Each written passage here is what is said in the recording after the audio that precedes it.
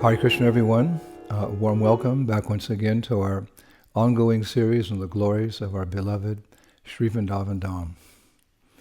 Nama Om Vishnupadaya Krishna Pashtaya Bhutale Srimati Bhaktivedanta Swamini Namane Namaste Saraswati Deve Gauravani Pacharane Nivishesha Shunyavadi Paschatya Deshatarane. All glories to Srila Prabhupada. So, to date, we have given 310 lectures in this series, beginning from March 23rd, 2020.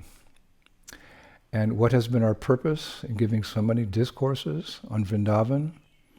Simply to remind ourselves of the goal of our lives, which is essentially to become Brajabasis, eternal residents of the topmost planet in the spiritual sky, Goloka Vrindavan.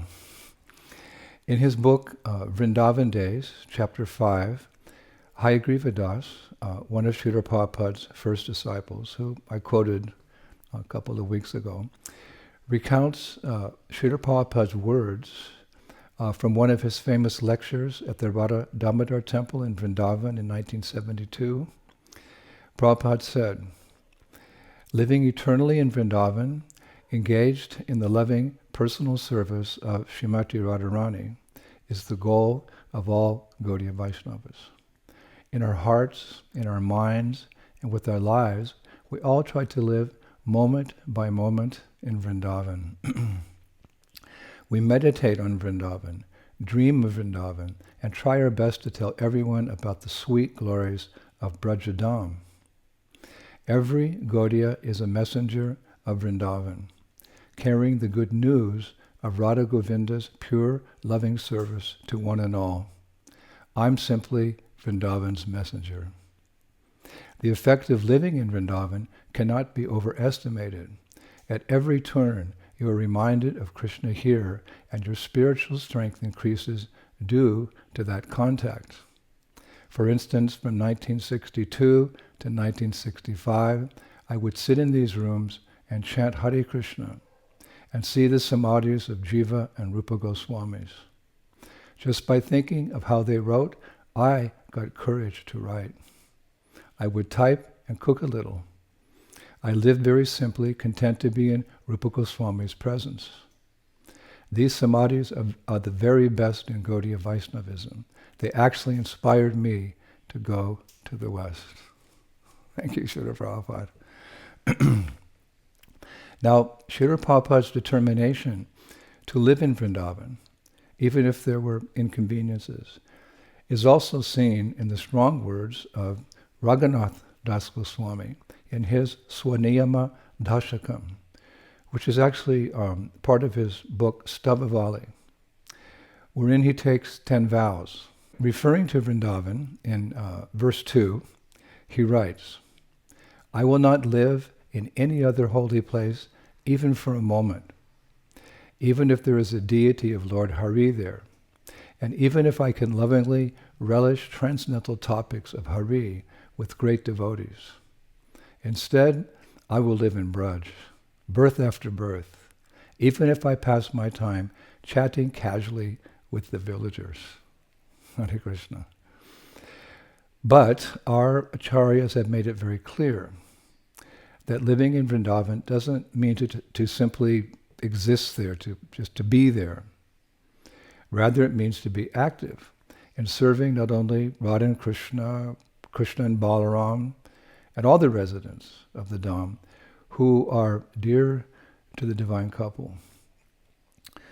Srila Prabodhananda Saraswati writes in his Vrindavan Mahimamrita, Sataka 1, text 74. "One who serves the residents of Vrindavan, who are without possessions, who are immersed in Krishna rasa, who are desireless, and who are fearful of the company of worldly people, brings Vrindavan's master Krishna and his mistress Shri Radha under his control."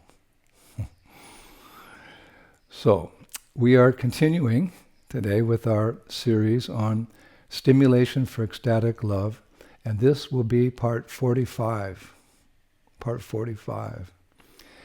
In this lecture today, I would like to discuss more about, well, one of our favorite subjects now, Braj-Renu, the dust of Vrindavan.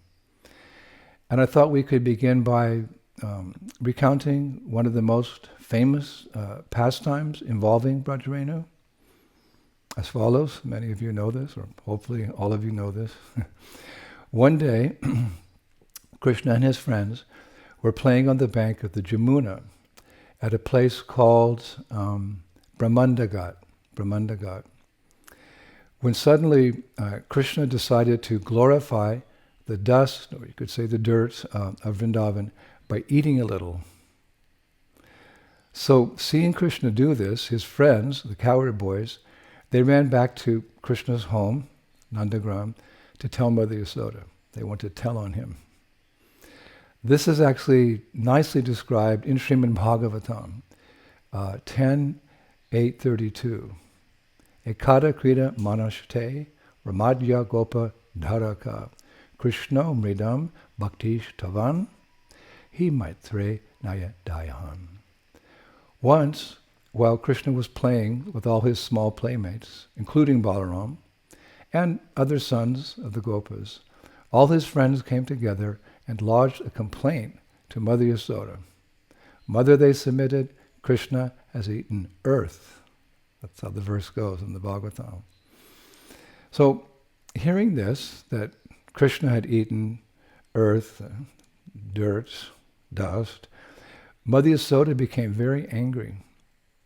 And grabbing a stick, she ran out of the house to where Krishna was sitting on that ghat, on the bank of the river, Brahmandagat.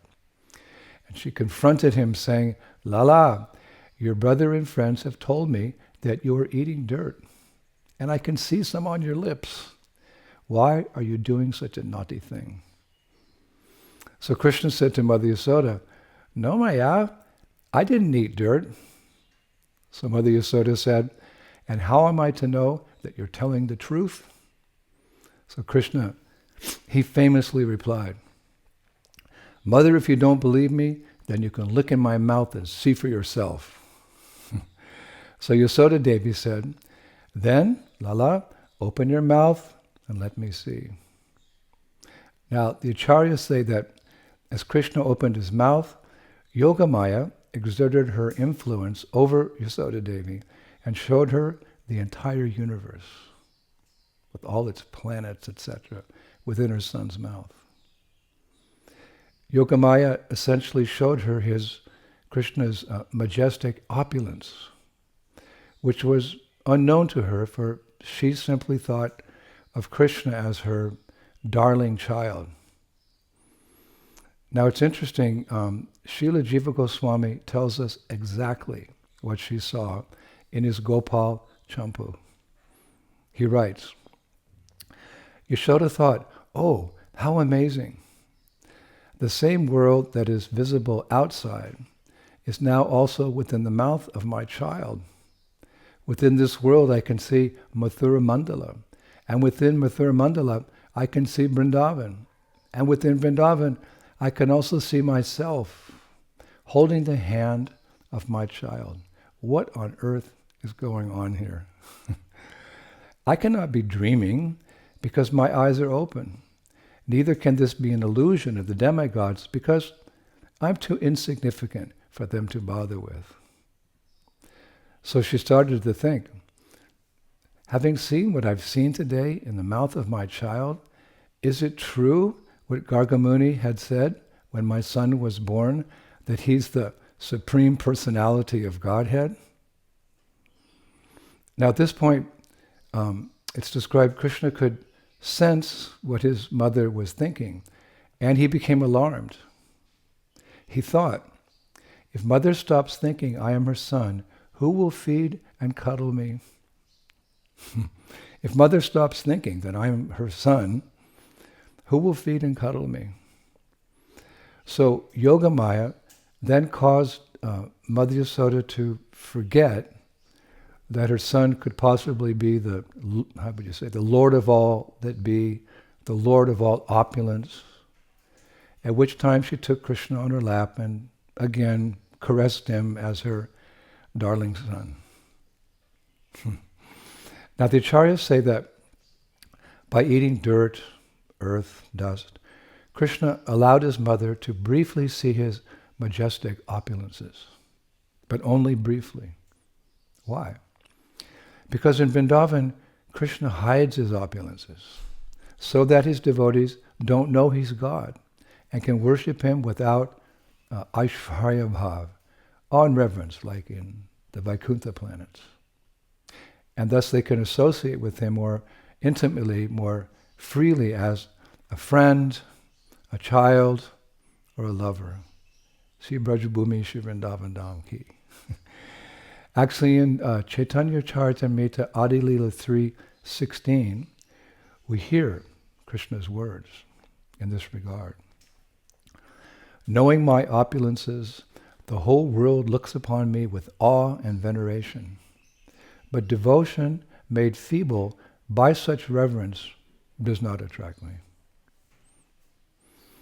And the Acharyas say that considering all this, that Mother Yasoda briefly witnessed Krishna's opulence as God Almighty, we should understand that Mother Yasoda was especially favored by the Lord, and thus she should be considered the topmost devotee in Vatsalya Bhav.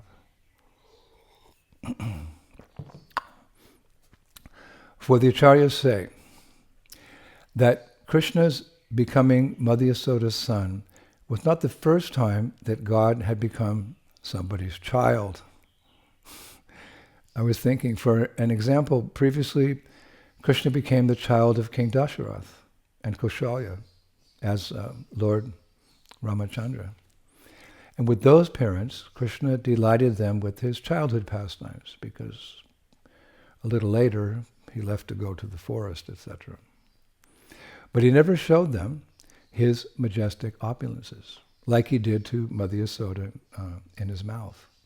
On the other hand, there are some devotees to whom the Lord only showed the opulence of his majestic form, like the four Kumaras, for example.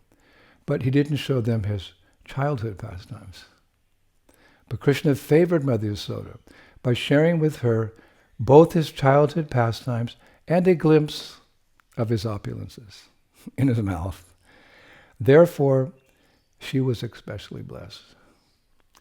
The great devotee poet, Harisuri, who I've quoted before, writes very poetically in this regard in his book, Bhakti Rasayanam. It's actually a Sanskrit commentary on the 10th canto of Srimad Bhagavatam. So in this regard that we're speaking, the theme, he writes as follows. It's poetic. Whom he gave pleasure as a child, he did not give pleasure through his opulence. And whom he gave pleasure through his opulence, he did not give pleasure as a child. However, amongst all these devotees, the best example is Mother Yashoda, to whom the Lord gave endless pleasure through his opulence as well as through his childish activities. Hare Krishna. I was researching, and Srimad Bhagavatam 10.9.20 says it perfectly. Neither Lord Brahma, nor Lord Shiva, nor even the goddess of fortune, who was always the better half of the Supreme Lord, can obtain from the Supreme Personality of Godhead, the deliverer from this material world, such mercy as received by Mother Yasoda. Mother Yasoda ki.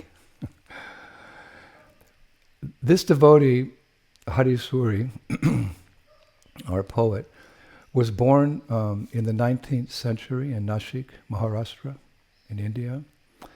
I was reading that every day, as a pure devotee, he would wake up before sunrise, take bath in the Godavari river, chant his prayers, recite the entire Vishnu Sahasranam, then read 12 chapters of Srimad Bhagavatam, then perform Goseva, cow service, and only then he would eat breakfast.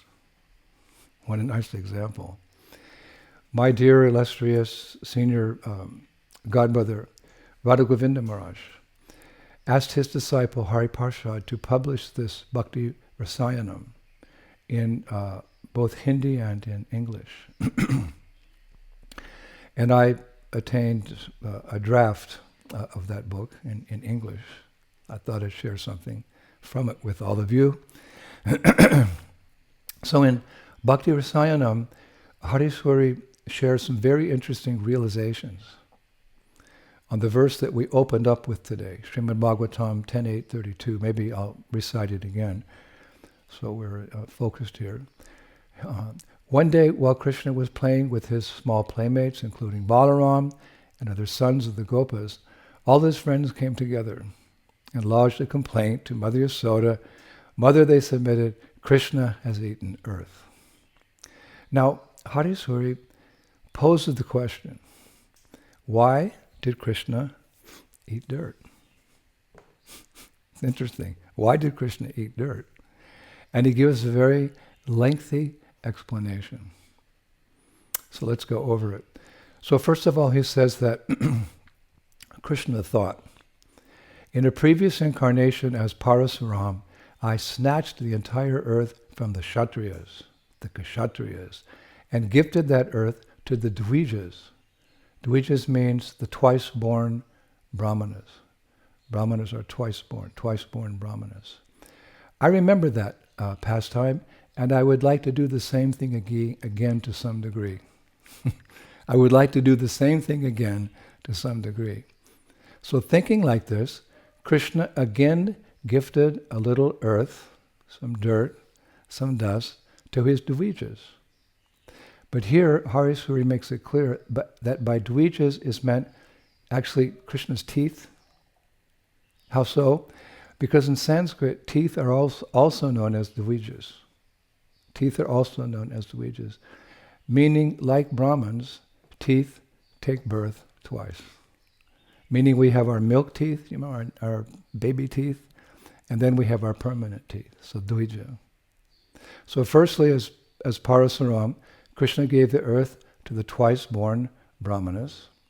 But remembering that pastime and wanting to do the same thing again to some degree, Krishna ate dirt as a small boy in Vrindavan and gifted it to his Dvijas.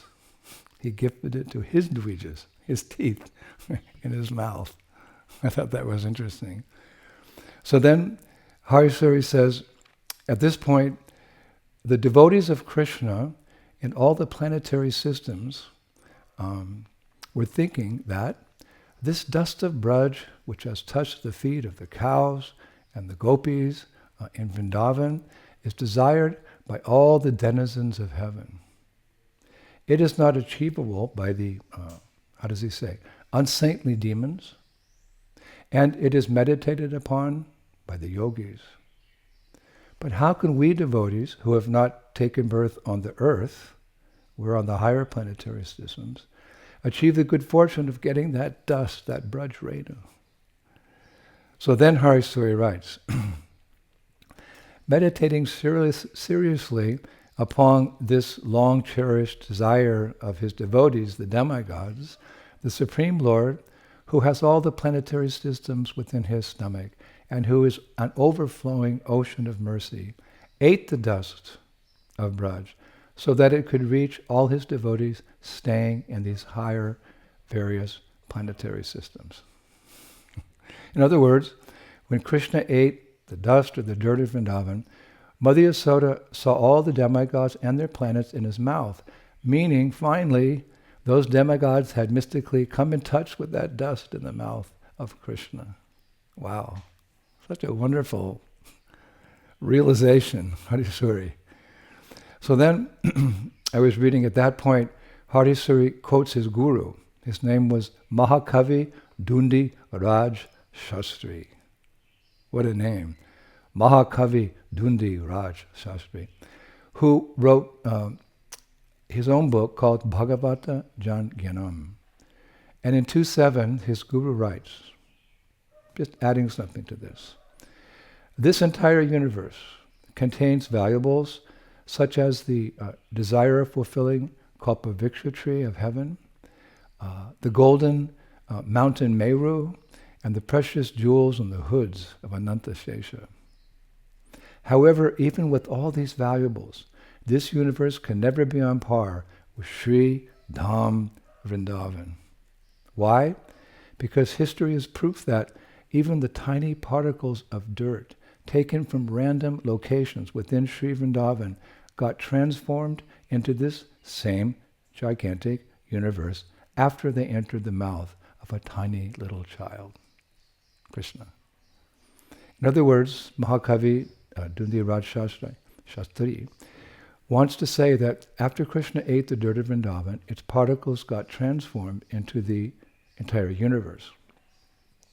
He goes on to write, if such a phenomena can occur through only a few particles of Vrindavan's dust, then what to speak of the entirety of Sri Vrindavan Dham?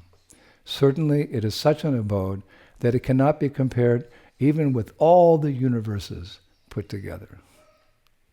Thank you. So, I mentioned in a previous lecture, just to repeat, that we should plan somehow or other to obtain some of that dust of Vrindavan. That's called lolium. It's a greed. Lust, anger, and greed are the three gates leading to hell in this world, but we're not talking about that type of greed to enjoy this world. We want the greed of becoming Krishna conscious. So we should be greedy for that dust, because it's tadiya. It's something connected to Krishna, and it can act as a stimulus for ecstatic love, which is the theme of these mini-series. Now, we previously discussed how Akrura, he had that lolium, he had that greed upon approaching Vrindavan. As soon as he reached Vrindavan, and I believe it was for the first time in his life, he saw the footprints of the love of his life, Krishna, in the dust. And Akrura couldn't believe his good fortune. He actually says in Srimad Bhagavatam 10:38-3, Kim maya charitam bhadram, Kim maya charitam bhadram. What pious deeds have I done? What severe austerities have I undergone? What charity have I given to a worthy recipient? So that today I will see Lord Keshava. He calls Krishna Keshava. Now the Acharyas say that Akrura not only saw Krishna's footprints in the dust of Braj, but he also saw the trees, the birds, the insects, the animals, who all resided in Vrindavan. Therefore he said, Ushasaha Sudarshana. Now all the dawns of my life have become auspicious. Actually, that's the word used in the Bhagavatam. Now all the dawns of my life have become auspicious. So our poet, Sri Harisuri, composes a verse at this point to share, how could I say, the feelings hidden in the heart of Akrura, which caused Akrura to feel so fortunate. Listen to this, he writes, Akrura thought, there's not even a small portion of land here that remains untouched by Krishna's lotus feet. Neither is there a single tree that has not experienced the joyous agitation of being touched by Krishna's soft hands. Nor is there a single living entity here who has remained devoid of Krishna's merciful glance. That's my favorite part. Nor is there a single living entity here who has remained devoid of Krishna's merciful glance. We all aspire for that glance. He goes on, how wonderful! How did it happen today, after millions of lifetimes, that I obtained the good fortune of all these entities of Vrindavan at once? This is the important line here. After millions of lifetimes, that I obtained the good fortune of all these entities, these pure devotees that we listed, in Vrindavan at once. Certainly, it is due to the culmination of my immense good fortune.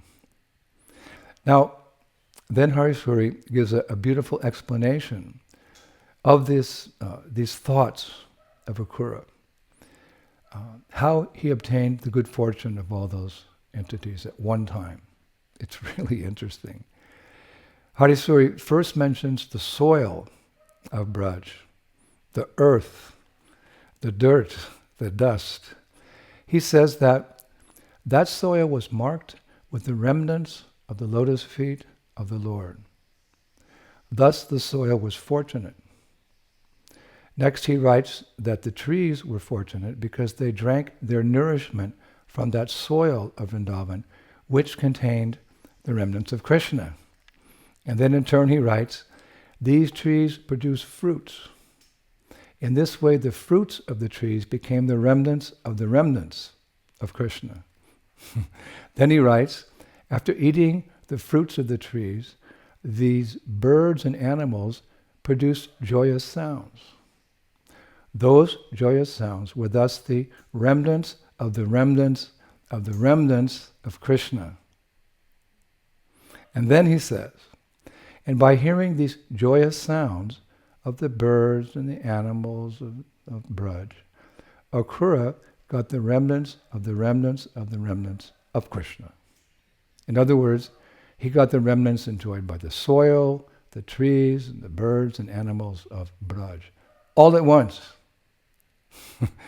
Akrura's words were, after millions of lifetimes, I obtained the good fortune of all these entities at once. How is it possible? So in this way, Harisuri explains Akrura's statement that how he received the good fortune of Braj, of the living entities of Vrindavan, beginning with the soil, beginning with the dirt, with the dust, Braj Renu. So glorious. It all started with Braj Renu. Braj Renu ki jai. So again, how fortunate we are that we can actually go to Vrindavan and roll in that dust. Or for that matter, Vrindavan and Mayapur are non-different according to our acharyas. We can go to Mayapur and roll in the dust of Mayapur. And if we need more inspiration in this regard, we can take it from a great devotee, Raghava Acharya. He was a associate of Lord Chaitanya Mahaprabhu, who for much of his life lived in a cave at Govardhan Hill. And after taking his bath every day, he would roll in the dust of Vrindavan. Now that's interesting. In the material world, if you roll in some dust, then you take a bath. But here, this great devotee, after taking his bath, he wants to be suchinam, he wants to be clean, to touch and roll in this precious substance of Braj, the dust, the Braj Renu.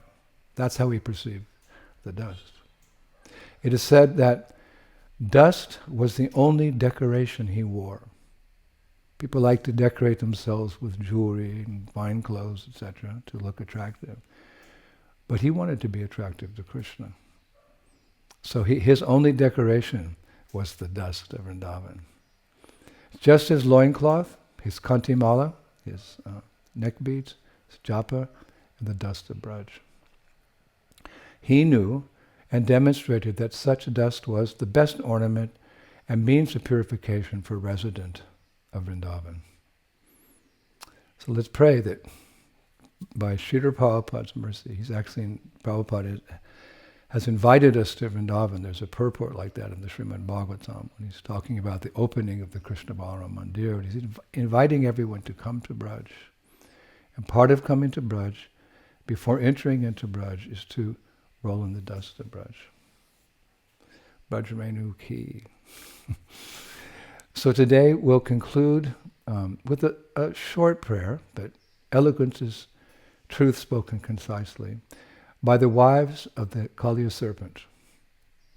They're glorifying the dust on Krishna's lotus feet. The wives of the Kaliya serpent.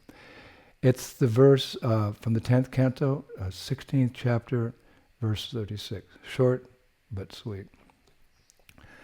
Dear Lord, the wives of Kaliya said, we are simply astonished to see that he, our husband Kaliya, is so fortunate to have the dust of your lotus feet on his head.